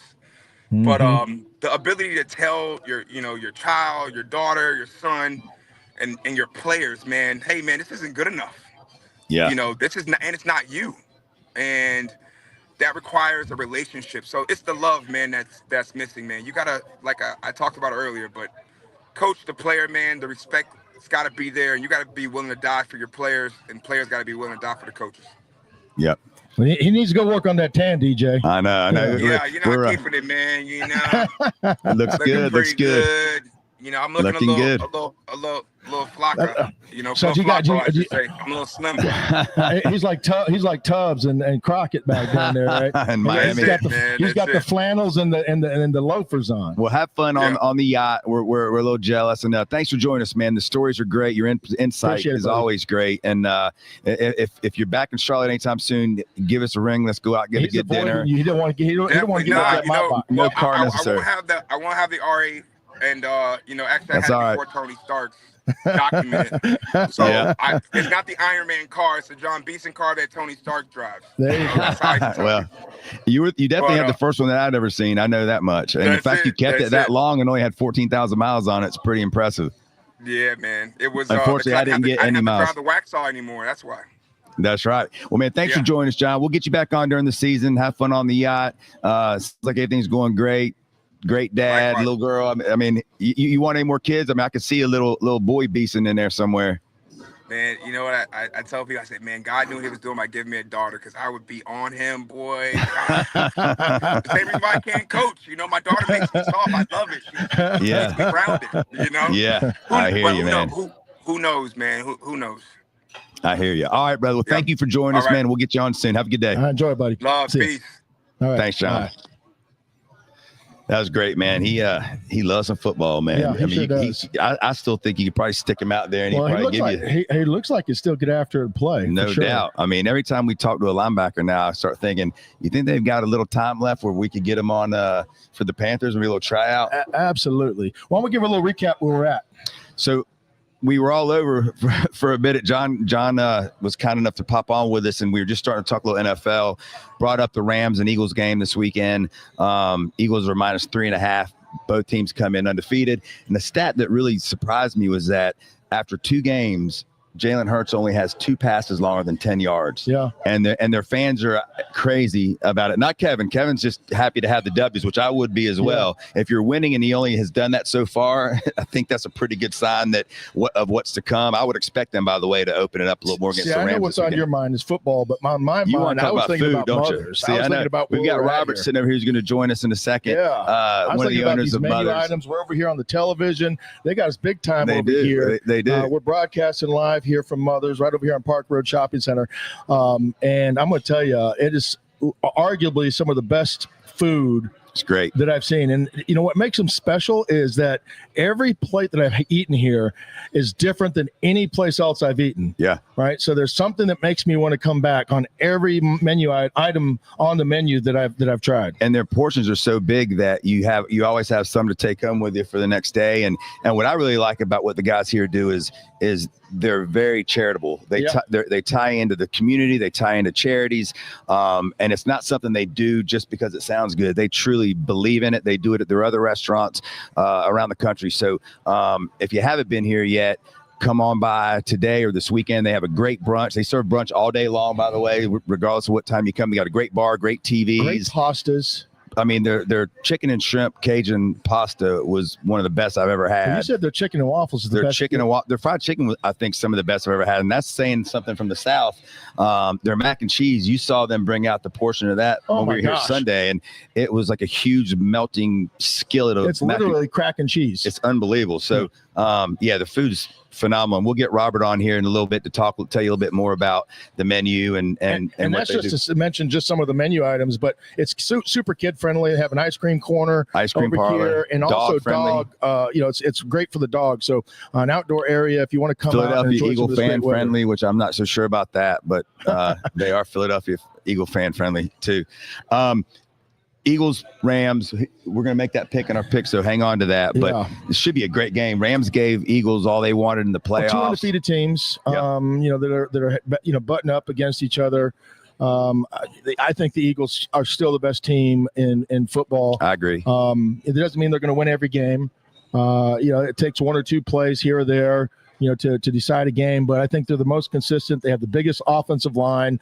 They have an unstoppable play on 3rd and short, 4th and short. It's literally extending drives, and you have 2 plays to get, you have 3 plays to get 9 yards, or even 8 yards, and they can, get the 2. It's unstoppable, and everybody's trying to mimic that play. They've talked about outlawing it in football, but what they can't mimic is 6'6", 360 pounds, and that's the size of these offensive linemen that have and a big quarterback who can squat 800 pounds. Yeah. They have a running back at quarterback who's probably the strongest at his position. They have guys up front that are going to move guys. And, they're smart guys that can jump the snap count. And I know everybody's talking about that millisecond that you're talking about between the ball moving and the players moving. It's simultaneous, and the referees are never going to call that. So it's an advantage. Absolutely. If you want to mimic that, you got to go get 6'5", 6'6", 360 pound guys up front. If everybody could do it, trust me, it's a copycat league. They be doing it. They've tried. They just can't do it. Yeah, I'm with you. Let's move on to Kansas City at the Giants. Both teams coming in at 0-2. The conspiracy theorists think there's no way in hell the NFL is going to let Kansas City go 0-3. I don't know if the Giants have a whole lot they can do about it. I do think Giants played well against the Cowboys offensively. Russell Wilson looked like he was still in Seattle in his prime. He played great. The Giants definitely have some weapons on offense. Scatterboo is now kind of taking over that running back position, and he brings that attitude and just a tough runner knocking over people, but their defense couldn't get a stop when they needed it and was a sieve. So this defensive line we hear everybody talk about with the Giants, who a lot of people think could be one of the best in the NFL. Dexter Lawrence has yet to show up to a game this year. He's been awful. Brian Burns, on the other hand, has been incredible. The best football I've seen Brian Burns play in his career. He's been incredible. The rookie Abdul Carter's been off to kind of a shaky start, and then Thibodeau has been okay. So we'll see if they can give Patrick Mahomes and those boys something. I would love to see the Chiefs go 0-3, and that's not just because I'm a Giants fan. I'm done with the Chiefs. I'm ready for them to go bye-bye. Yeah, I think not having Worthy has been a big loss. They say he's probably going to play this weekend, so that'll help. He's questionable going into the game, but I think before the season he was a big part of their explosiveness and game plan of stretching the field and allowing, the backs out of the backfield and Travis Kelce to eat underneath. Yep. As you just heard Beason talk about, those cover twos that a lot of teams are playing, that middle linebacker turns and burns with the tight end or whoever the middle of the field player to try to get that deep third covered. Yep. And it leaves that little middle of the field wide open and susceptible to those tight ends or backs out of the backfield. And it's something they haven't been able to take advantage of, because that was their guy that they expected to do that. And on top of that, when you run crossing routes and expecting guys to stay with them, if you're in man coverage or if you're playing, whatever, cover one, cover two, whatever it might be, to run those guys with them. If they put a guy on to bracket him, they're not going to be able to do it. And, losing him, but, getting them back will be a big help. I do feel like the Chiefs are an underrated defense. Nobody ever talks about their defense. Yeah. Over the last couple of years, they've been near the top. When it comes to, stopping a run and getting pressure on the quarterback. Chris a lot Jones of that has to do with them playing with a lead where they can pin their ears back and get after the quarterback. But I think they're an underrated defense. Nobody really talks about them. And I do think the Chiefs are due, regardless of what the refs, have the ability to, force the outcome or help predict the outcome. But I do think the Chiefs are the better football team. Let's get into the Panther-Falcon game, and then we'll do our picks, and then we'll get Robert on to tell you a little bit more about Mothers. Panthers-Falcons. Panthers coming in 0-2. Both games, they've gotten off to slow starts, gotten a hole due to turnovers. Did show, and Beason alluded to it, they did show a lot of fight last week and coming back and having a chance to win at the end of the game. The question is, how much of that was improvement or how much of that was the fact that Arizona kind of laid back and made their game plan became a lot easier. Arizona fell asleep. Yeah, it seemed like they did because that last drive when they woke up again, we didn't do a thing. I think we didn't even complete a pass. So the few things about this Falcon game that I'm excited about with the Panthers this weekend is watching the young kids. I think these rookies on both teams are going to have a huge impact on the game. Atlanta's defense was almost as bad as the Panthers last year, and they went into this offseason to rebuild their defense, as did the Panthers. And to see some of these young kids, and let's start with the Falcons. You've got Billy Bowman, the safety rookie out of Oklahoma. You got Xavier Watts out of Notre Dame, Jalen Walker out of Georgia, and then Pierce out of Tennessee. And these four kids are making plays. And if you watch the Minnesota game the other night, and I know Minnesota's offensive line was banged up, but it's still a pretty good offensive line. And the Falcons, they're number one in like havoc plays in the NFL on defense. They get after it. They're playing hungry. They play downhill. And if you're a Panther fan, we're replacing Corbett with Mays, which I think's maybe an upgrade, to be honest with you. But at right guard, we're losing our dog, Robert Hunt, and Zavala is going to have to come in and take his spot. And Zavala, so far in his young career, has not shown anything. So they have a lot more faith in him than I think the fans do. I hope they're right, and I hope that when he gets in there, he proves himself and shows us what he's got. But when you look at this game, that's going to be an issue. And then the biggest issue is this. The Panthers so far this year against the run, they gave up over 200 yards to Jacksonville. Last week, they gave up 100 to Arizona, who has, two good running backs and a running quarterback. But we'll see if that run defense has improved like a lot of people think it has. Because the Panthers? The Panthers, yeah. A lot of people are saying last week they showed a lot of people. Well, just you can read any article you want. They're saying they have glasses? The fact they only gave up 100 yards last week, and if you take away a 35-yard scramble, they only gave up about 65, 70. Those are all part of it. But still, they gave up 100 yards. First time in, I think, 9 games they haven't given up 200-yard rushes. So what I'm saying is if you're going to take last week and go, okay, well, I'll take that as some progress. Well, we're going to find out because Bijan Robinson is probably the second best running back in the game behind Saquon Barkley. And he does it all. And Algier, their backup running back, tore us up last year. So we're going to find out pretty quickly if this run defense has improved or if last week was just a matter of the Cardinals got up pretty fast and went into coast mode. Here's the problem. Even if the Panthers load the box and put 8 in there, they can't stop anybody throwing the ball.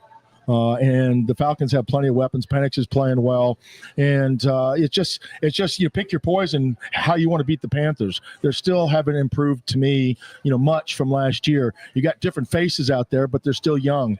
You look at what the Falcons are doing, right? Yep. They go out and they draft young players. They bring guys in, and what did you say? They're the number one team with what? Havoc plays. Creating havoc, yep. Right?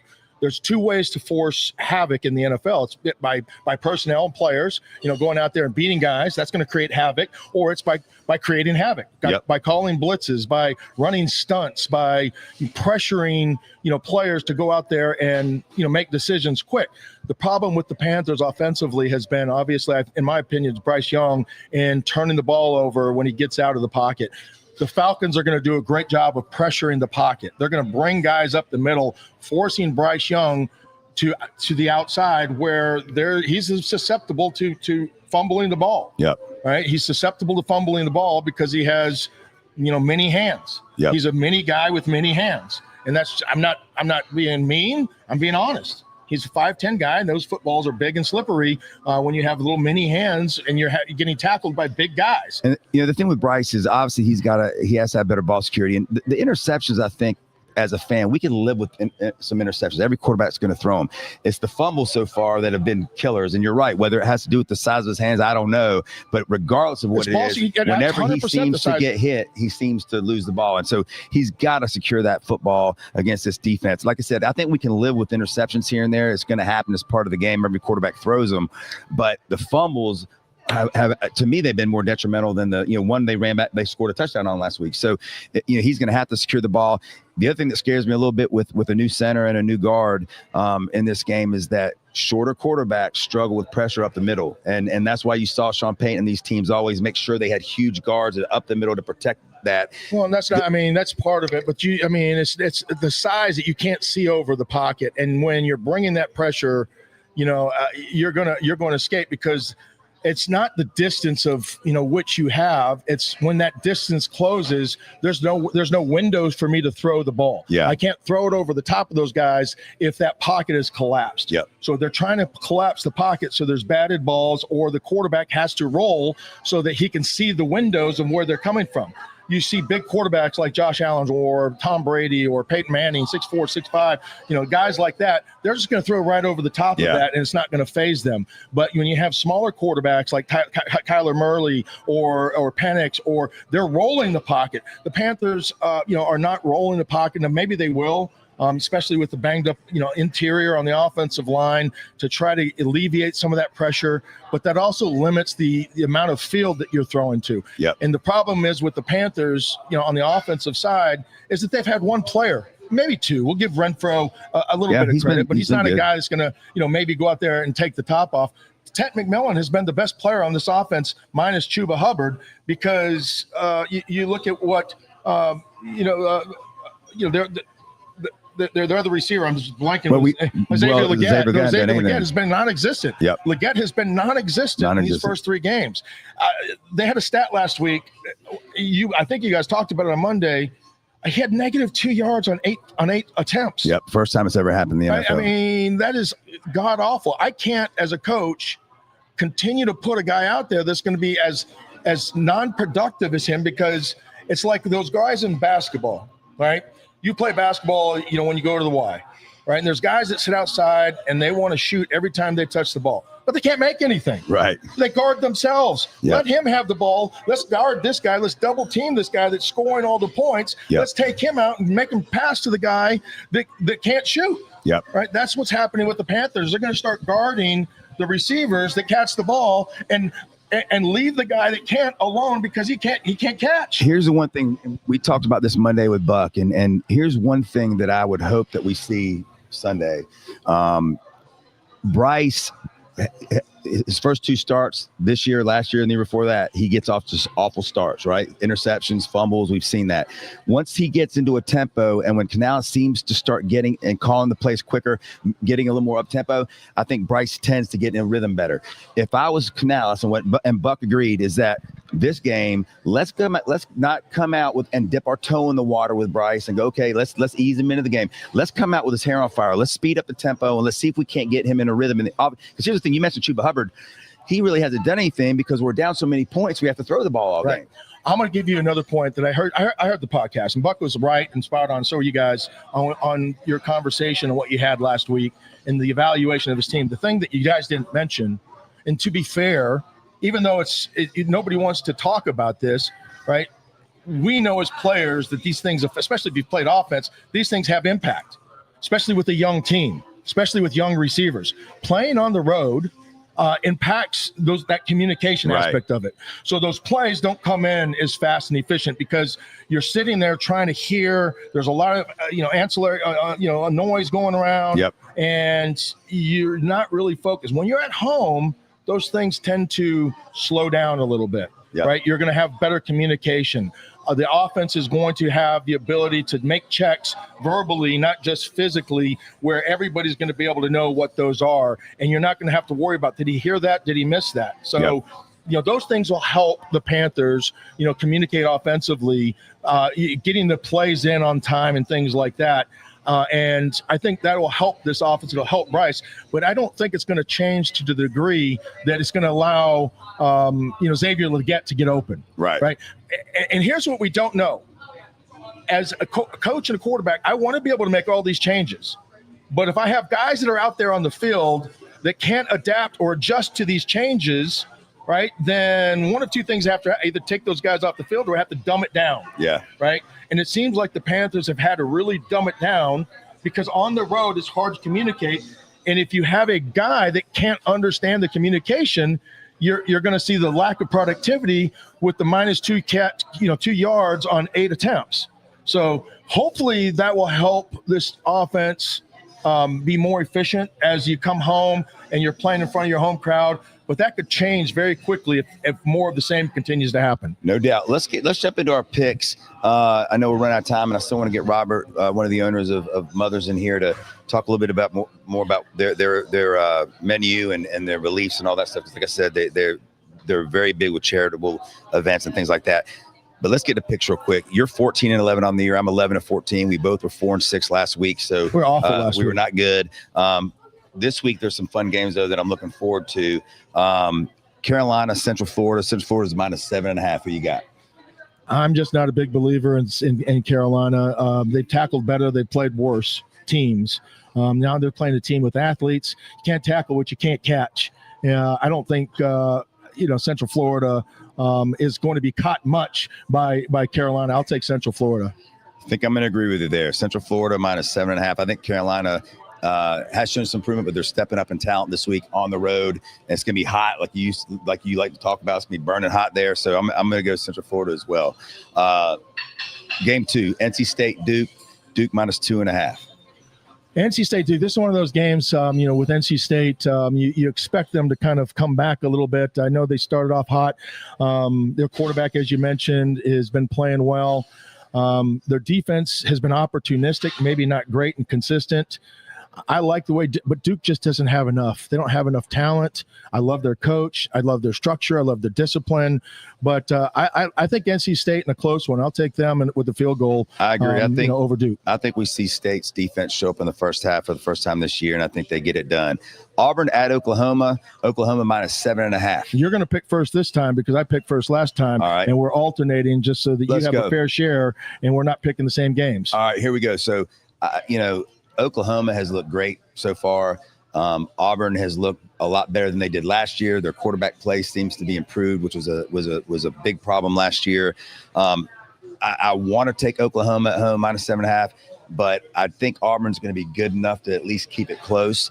So I'm going to go Auburn +7.5. Oklahoma has struggled when they play SEC caliber teams. When they play big physical guys on the defensive side that get after it. Oklahoma, as Beast was talking about earlier, kind of is one of those powder puff teams that have athletes everywhere that love to throw around, love to throw it around the yard and spread it around everywhere. But when it comes to hitting people in the mouth, the teams that have hit Oklahoma in the mouth have been able to be the teams that have beat them. I think Auburn may not only cover, they may win. I mean, it wouldn't surprise me. That's a really good matchup early in the season for both teams. I'm taking Auburn. Gotcha. We're both there.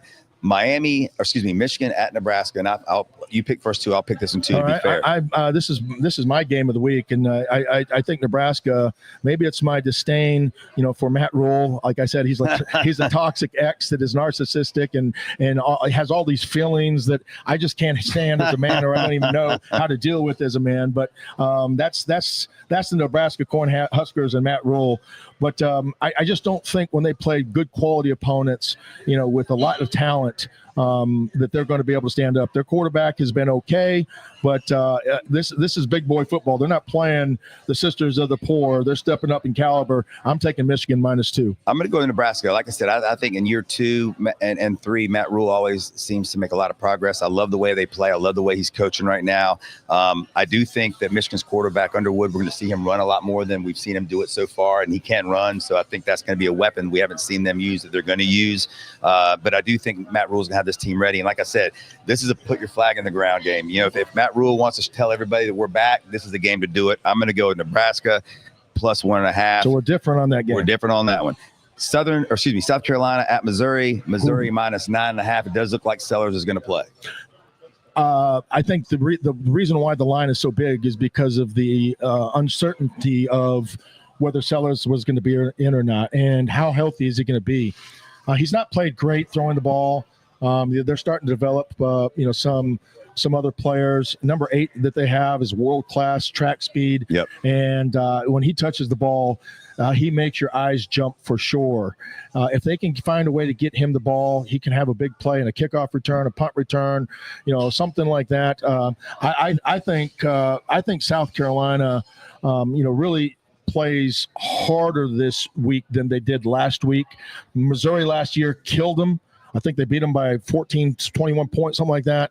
I think this is a turnaround game for South Carolina. They come back to, come back and get it done. I know the game's on the road, but I like South Carolina in this one, potentially even a win. I think Beamer is the kind of guy that's going to get that his team's going to get off the mat. They're embarrassed about last week. As long as Sellers is healthy, and I think we're going to see him have the best game he's had thus far this year. I know he's kind of struggled, but I agree with you. Yeah, I think getting 9.5 points I'll take that bet every day. So we're both there on South Carolina. Florida at Miami -9.5. We just talked about that game a lot with John Beason and about Miami's program in particular. Florida did just play a very hard game against LSU after losing to South Florida. They come in with 2 losses in a row. But in this game, I got to go with the offensive and defensive line. And Miami, to me, has had the best at both of those that I've seen in college football this year. They're at home. A lot of these players know each other. They went to high school together. So I do think Florida's going to bring it and give it all they got. But when it comes down to the end, I think that both lines are better for Miami. And I think the coaching for Miami is a hell of a lot better than Florida. So I'm going to go Miami -9.5. See, and I agree with everything you said. I think there is a little bit more dudes on Florida than maybe what Miami has seen, that can make plays. And these dudes played together in high school. They played against each other in high school. They probably, a lot of them went to school together. Yeah. But those are the dudes that they're going to be playing against. And one went to Miami, the other went to Florida. Yeah. Right. But I think Miami wins the game.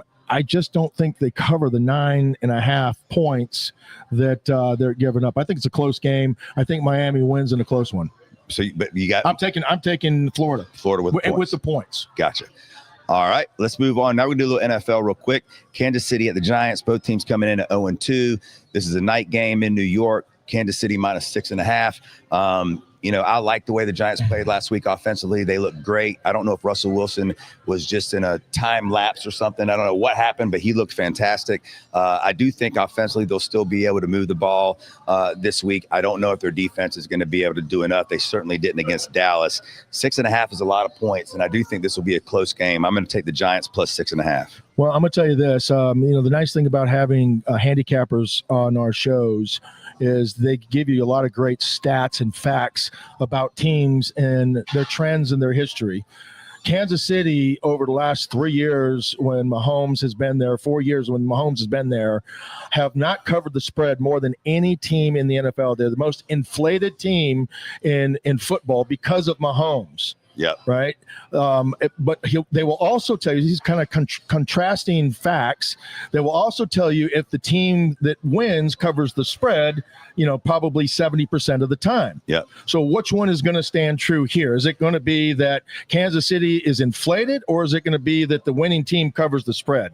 Yeah. So if that's the case, then the Giants would have to win to cover the spread because they could potentially do that. The game's in New York. Kansas City is 0-2. Teams that have lost the first two games historically have not done well making the playoffs, but I do think that this is the turnaround game for the Chiefs, and I will take them minus the 6. Right. Is it 6.5 or 6? 6.5. 6.5. We're different again there. Oh gosh, it's a big number, but I'm still taking the Chiefs. I think they win by a tutty. Pittsburgh at New England. Pittsburgh coming off an embarrassing loss at home to Seattle. Pittsburgh's defense has been bad through 2 games. Aaron Rodgers has been solid for sure. Bonehead play on a kickoff cost them last week, a touchdown that kind of, let the game get away from them. But they go to New England, who's coming off a big road win last week. Drake May played really well. Kickoff return in that game is what kind of set New England up. But Pittsburgh's minus 1.5 at New England. Yeah, the road team, probably doesn't fare well. Getting the points. Obviously the 3 New England. This isn't the Tom Brady led New England Patriots. They've had a little bit of success with Drake May. I like Drake May. I root for Drake May, but I think the Steelers are a better football team. Tomlin has went to the playoffs. Every year he's been a head coach. They haven't won a playoff game in quite some time, but they get there. Yep. And these are the types of games that they win to get there with. So, they're playing a conference game, and I like the Steelers. I like them by a field goal and a last-second field goal to win the game. Yeah, I'm with you on that. Their defenses look really bad, but I got to believe that Tomlin this week's going to make some tweaks, and New England's still young. Look, I think they're on the right path. I think Vrabel is a great coach. I think Drake May is one of the best future quarterbacks that we're going to have in this league. But I do think they're young. The Raiders have already won in New England and beat them the first game of the year. So I think Pittsburgh's going to go in, get a victory, and get back on the right track. Next, let's do the Rams and Philadelphia. We talked about this game a little earlier. It's shocking to me that the Eagles are 2-0 and Jalen Hurts only has 2 passes longer than 10 yards with A.J. Brown, Devontae Smith, with all the talent he has. I think that changes this week. I think I like the Rams team a lot. They gave the Eagles all they wanted in the playoffs last year with a hurt Matt Stafford. But I do think the Eagles are just the best team in football. And I think that between Saquon and I do think we'll see the offense opening up a little bit more this week. And now listen, the Rams, those 2 young defensive ends they get, Verse in particular, they get after it. So Jalen Hurts is going to have to use his scrambling ability in this game. But I think at the end, Saquon's going to have a field day, and I'm going the Eagles minus 4.5. I hate that number, though. I wish it was 3. The Rams defensive players are young. They're good. They're explosive. They haven't played the tackles that they're about ready to play. 2 of the best tackles in the NFL with the size, the length, and obviously, they have the experience as well playing in big games.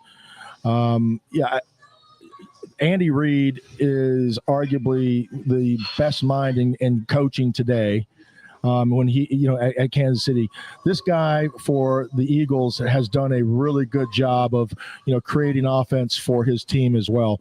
The big part of what they do is running the football with Saquon Barkley. He's been the difference maker, and having the 2-headed monster back there with Jalen Hurts.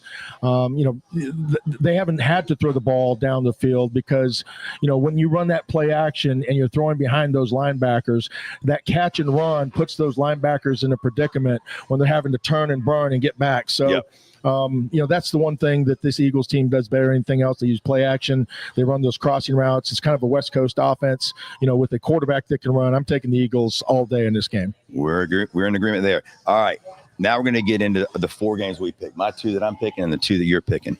And I'm going to have to pick another one because I already had Michigan and Nebraska in as one. So I'll come up with another one. But the first one that I'm taking is West Virginia at Kansas. Kansas is minus 13.5. West Virginia is coming off a upset win at home against Pittsburgh. Their biggest rival. Those teams hate each other. And I think that West Virginia is not a very good team yet. I think Rich Rod is going to probably get them there. And I saw an interview with him on Pat McAfee this week that was hilarious, where he was talking about this jumbo set that they ran. And McAfee was like, I hadn't seen you run that before. And he goes, well, football is about big guys moving other guys. And I thought, we've got all these fat guys. And he's like, I don't know if I'm allowed to call them fat, but they're fat. And matter of fact, he goes, our quarterback's actually a little fat for a quarterback. And I'm trying to find another fat guy that can run the ball. And then we're going to call that thing fat. It was pretty funny. I think they're going to go in flat. And I think that Kansas is a good football team. They were beating Missouri at Missouri all game, and Missouri ended up coming back at the end and winning. But I think Kansas is going to wear them out. This is my favorite bet of the weekend. So I would bet opposite of that since I'm 11-14. But I love Kansas at home, and I think they're going to wear West Virginia out. Who's the other teams? I don't even remember what teams I picked. Well, you pick that game first, and then we'll get to yours. Oh, no. Yeah, you don't pick this game. That's right. I'm not picking your games. Okay, so I'll get me another game while you go. Your first game was Texas Tech at Utah. Utah's -3. Yeah, Utah at home is a completely different animal. They play great defense, and Texas Tech is another defensive team. I think if I really could choose, and which I should have, is taking the under in this game. But Utah at home is almost unbeatable. I think they're like 30-something-1 over the last 3-4 years. They play physical. They fly around, and those Mormons, and all their wives are out there at the game. And after what took place there, it'll be interesting to see that environment and what takes place. But I like Utah in this. With the points. All right, and then the second game that you chose was Kent State at Florida State. Florida State's laying 45 points. 45 points. If you're looking for games to take, right, that nobody else is watching, the odds makers really don't study these as much. Going back to what our handicappers have said, these big spread games usually cover about 70% of the time. They're not enough points, but that's about as much as they can give. Florida State is not going to have any mercy. They're trying to impress. They're trying to dominate, and they did last week, and they do it again this week. This might be like a 70-3 type of game. Yeah, they didn't seem to take the foot off the pedal so far in any of their games. So I think you're probably onto something there. And then the last game I'm going to pick, and then we're going to pick the Panther game together. But I'm going to do the Chargers are at home against Denver, -2.5. Chargers are coming off a win this weekend, or Monday night, and look really good doing it. That was my surprise team of the year. And I know Harbaugh can coach. I know Khalil Mack is out, but Denver to me, and I've watched both their first games. They've looked a little shaky. Nix looks like he's not quite as sharp as I think he's going to be. He's thrown some bad interceptions, and I agree with you. I think the Chargers are in the conversation for definitely top 5 team in football right now, and laying 2.5 at home. I'll take that all day long. So I'm going to take the Chargers. And then last game, Falcons at the Panthers. The Panthers are getting 5.5 points. We talked about that game earlier. Home opener for the Panthers. What you got? This is either going to be Bryce Young's coming out game or Bryce Young's go to the bench game. Right. And same thing with Xavier Legette.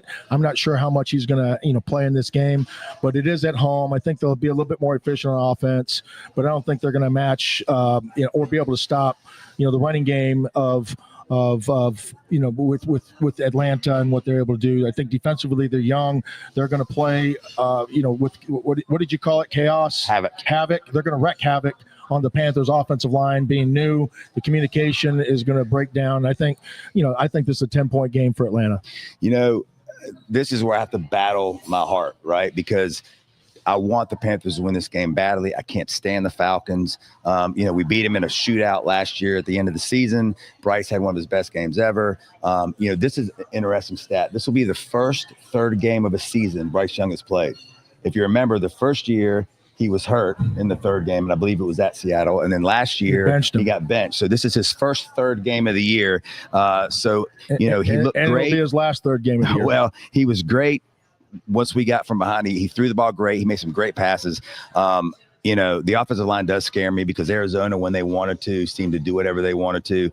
I do hope that we can get off to a good start because I do think then we can establish Chuba, who we both like a lot. But it's going to come down to really, can we stop the running game for Atlanta? Because if we can't, our defense is going to be on the field all game long, and they're going to be exhausted, and we'll see. So I think this is a huge game for Bryce. I think it's a huge game to see if our defense has improved at all. And I think that, there'll be a lot of Atlanta fans there, as we know. But I think I'm going to go with my heart here, and I think I'm going to take the 5.5 points. What? If I was betting it online, I would buy the hook. Remember, it's 11-14, people. Well, hey, listen, I'm not saying take it. I admitted that this That's is what you are saying. This is definitely a heart a heart pick because I could give you more reasons why they won't cover than I can why they will. But I'm going to go with the Panthers and hope that I'm going to go right. load up on the Falcons now. Yeah, you should. I wouldn't. Matter of fact, you should bet the opposite of every game I took. We're going to take a quick break. When we come back, we're going to have Robert, one of the owners of Mothers here in Park Road Shopping Center. Again, I know you heard Frank and I talk about it some, but we're not blowing smoke. No. And we've Just been offered to take the show on the road several times, and we haven't quite done it yet. But when they wanted us to be here, we were like 100% because, number one, we know we're going to get fed well. Early. Frank was here like 9:30 this morning. They got great cocktails. Their Bloody Mary. I don't drink Bloody Marys, but the Bloody Mary is the damnedest thing I've ever seen. It's humongous with all kinds of stuff sticking out of it. Sounds like me. Exactly. But we're gonna take a quick break. Bring Robert on after this, and then we'll be done for the day. We'll be right back. I'm gonna move over.